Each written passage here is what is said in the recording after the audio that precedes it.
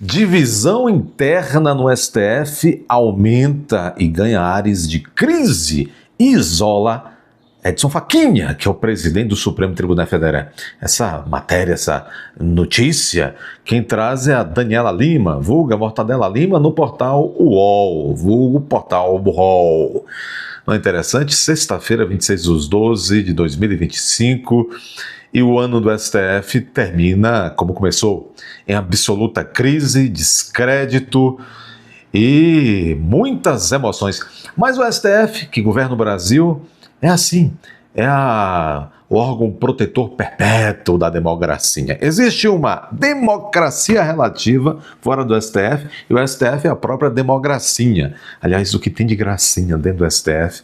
Vejam, é a Daniela Lima. A Daniela Lima é assim, é uma moleca de recado de algumas figuras, não de todos, de algumas figuras de dentro do STF. E quando ela traz, faltando aí o quê? 5 dias para finalizar o ano, e ela traz este letreiro de que o STF está em crise, está dividido, está rachado, e a crise ganha ares, né? Ganha ares de isolamento até do presidenio do Supremo, é porque a coisa realmente é uma esculhambação geral. Mas esta é a corte, que, como disse Luiz Roberto Barroso, veio para recivilizar a população. Como é que algo que não é civilizado recivilizaria alguma coisa? Então aqui uma banana fumegante nos quartos dos arrogantes de plantão das nossas instituições. Repita aí, uma banana fumegante neles, se você veio até aqui neste canal. Diga aí.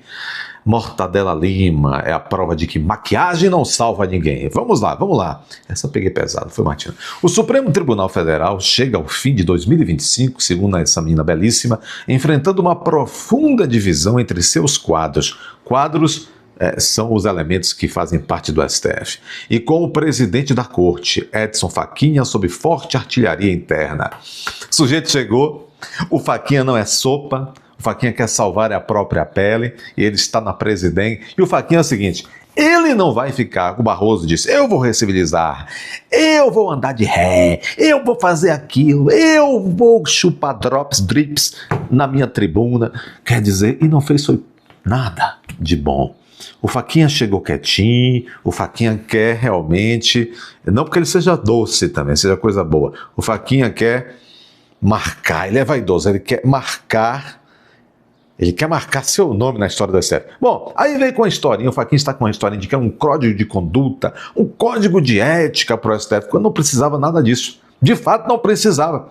Se os elementos que são colocados naquela corte respeitassem a Constituição, que é a sua função primaz, respeitar a Constituição, guardar a Constituição, eles não respeitam.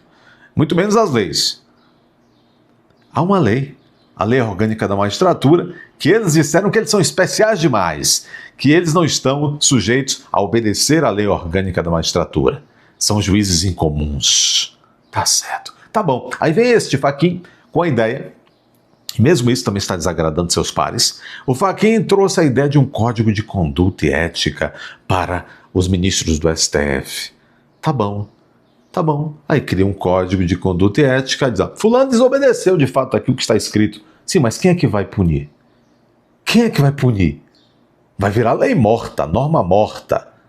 Quem é que vai punir? Se não tem uma previsão de que o sujeito que desobedecer tal regra do Código de Ética do STF vai ser punido com tal punição, e quem vai aplicar efetivamente é essa instituição, quem é que vai aplicar?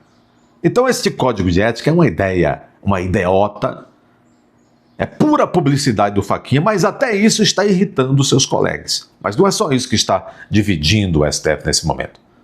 É porque há elementos que estão dando muito assim, na vista. E aí está atrapalhando os planos de outros ali dentro.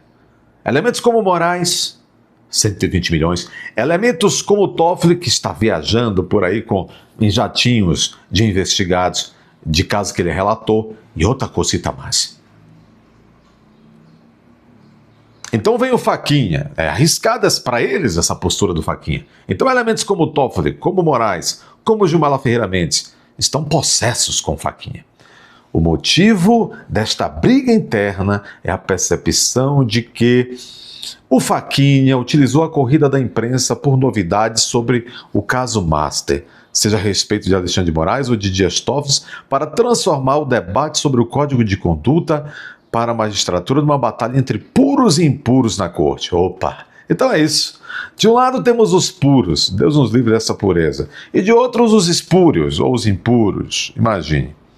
As queixas contra o colega Fachinha vão de deslealdade à instituição, que passou dias sendo alvejada sem que Fachin tenha defendido as posições oficiais dos companheiros de plenário, até a de, olha, chama-se Fachin, chamando Fachin de fariseu, fariseu. E quem é o bom ladrão? Ei, Francisco! Aliás, Francisco, ele me ofendeu num vídeo aí no final de semana, não, que tudo tá aparecendo no final de semana nessa época de ano. Num vídeo de ontem, ele disse assim: você não diz coisa com coisa. Mas claro. Já viu o esquerdista gostar da verdade? Mortadelona cabeluda. Coloquem aí, Francisco Mortadelona cabeluda. Dois ministros do STF, segundo a Daniela Aqui Lima, recorreram ao mesmo exemplo para criticar o presidente da corte, Edson Fachin. Foi uma nota publicada pelo portal Metrópolis que apontava que, enquanto Fachin havia usado uma aeronave de carreira, ou seja, um avião comum, para ir a um evento de direito fora de Brasília, Moraes voara em não foi numa vassoura, mas um avião da FAB, da Força Aérea Brasileira. Quer dizer, o Fachin, ele gosta de andar em avião comercial. Os outros gostam de andar em aviões da FAB.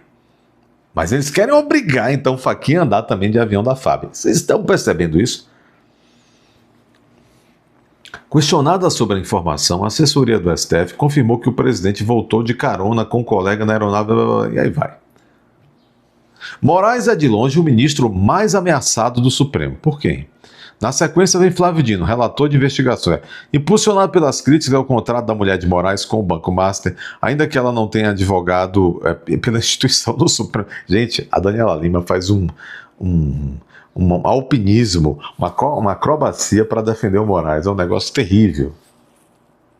Fala-se muito dos ministros que têm mulheres na advocacia. No entanto, nada se diz sobre os que têm filhos atuando livremente, inclusive no Supremo. Isso aqui é um parceiro da corte, um membro da corte, criticando o Fachin. Teus filhos advogam aqui. Fux, etc. Rodrigo Fux, filho de Fux, atua em mais de 40 ações, a maioria recurso. Segundo, sim, mas não se pode... o sujeito é advogado, filho de Fux, vai proibir ele de ir até de um recurso dele chegar até a Suprema Corte? É bem diferente do sujeito ter uma mulher e essa mulher ter um contrato de 129 milhões de reais com um banco, uma banqueta muito sospechosa, senhor. Ai, ai. Cirurgia de Bolsonaro nessa última parte do vídeo. A cirurgia, segundo os médicos, nesta quarta-feira, 25, dia de Natal, ocorreu sem intercorrências. A cirurgia feita foi apenas relacionada à questão das hérnias, 2 hérnias inguinais. O presidente persiste com quadro de soluços e os médicos avaliam a intervenção apropriada para tentar controlar os soluços. Mas em você, operado de 2 hérnias e soluçando 40 soluços por minuto. Quem é culpado por isso? O sistema e o Adélio. É ou não é? Vamos falar as claras. Bom, essa foi a 12ª cirurgia de Bolsonaro desde o encontro fatídico com Adélio Bispo. Os médicos alertam que não há previsão de alta. Não há previsão, portanto, não há previsão de que Bolsonaro volte para a cela da PF. Bolsonaro segue sob assistência dos seus médicos no hospital DF Star. Antes da cirurgia, Flávio Bolsonaro fez a leitura de uma carta, a mídia está chamando de carta-testamento, de Bolsonaro. Nesta carta, Bolsonaro diz o seguinte: diz que a sua escolha por Flávio foi uma escolha certa, legítima, e que a candidatura do Flávio, a pré-candidatura, é irreversível, não é uma candidatura para tentar fazer jogo. Se o Bolsonaro estiver falando a verdade, está muito bom para ele e para o país, e se estiver falando lorota, é a desmoralização total. Quero dizer, se daqui a 2, 3 meses Flávio retirar a candidatura, significa que o presidente não tem palavra. Esta é a mais pura verdade. Aliás, não teria por que retirar a candidatura do Flávio. Ainda hoje, o Instituto Paraná Pesquisas aponta que Flávio empata com cachaça no segundo turno. Ou seja, é uma candidatura muito forte. Dê seu like, o seu like natalino. Se aparecer a tecla hypar, clique na tecla hypar, comente, compartilhe, vá até a aba Seja Membro. Olha o espírito natalino. É a hora de você tirar os dragões do bolso, as lagartixas, os teius, as capivaras, as galinhas, as avestruzes, todos os bichos que impedem você de ser generoso e nesse momento se tornar membro deste canal na aba Seja Membro. Ou então vai levar também o troféu Banana Fumegante.